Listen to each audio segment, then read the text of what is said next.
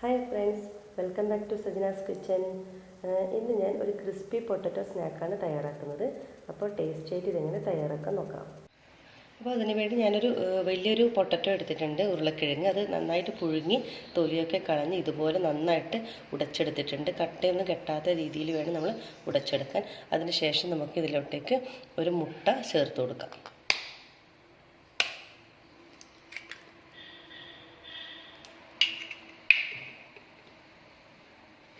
പിന്നെ ഒരു 1/4 ടീസ്പൂൺ മുളക് പൊടിയും ഇതിലോട്ടേക്ക് ചേർത്ത് കൊടുക്കാം. പിന്നെ ആവശ്യത്തിനുള്ള ഉപ്പ്. ശേഷം നന്നായിട്ട് ഇതൊന്ന് കൈകൊണ്ട് തന്നെ കുഴച്ചെടുക്കാം.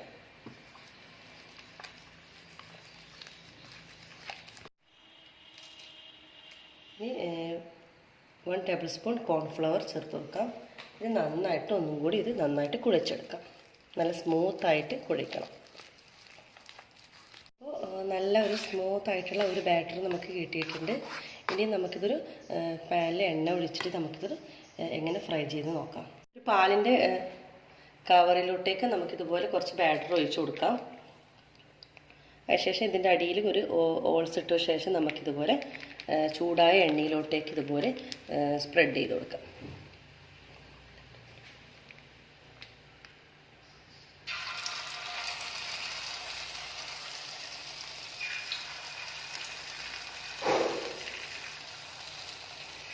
ഇതേ രീതിയിൽ നമുക്ക് ഓരോന്നാക്കി എടുക്കാം. ഇപ്പം രണ്ട് ഭാഗവും നല്ല ഒരുപാട് ബ്രൗൺ കളർ ആയിട്ടുണ്ട്. ഇപ്പോൾ നമ്മുടെ പൊട്ടറ്റോ സ്നാക്ക് ഇവിടെ തയ്യാറായിട്ടുണ്ട്. നമുക്കൊരു സർവിംഗ് പ്ലേറ്റിലോട്ടേക്ക് മാറ്റാം. ഇപ്പോൾ ബാക്കി എല്ലാ മാവും ഇതുപോലെ തന്നെ നമുക്ക് ചെയ്തെടുക്കാം. അപ്പോൾ നമ്മുടെ ക്രിസ്പി പൊട്ടറ്റോ സ്നാക്ക് ഇവിടെ തയ്യാറായിട്ടുണ്ട്.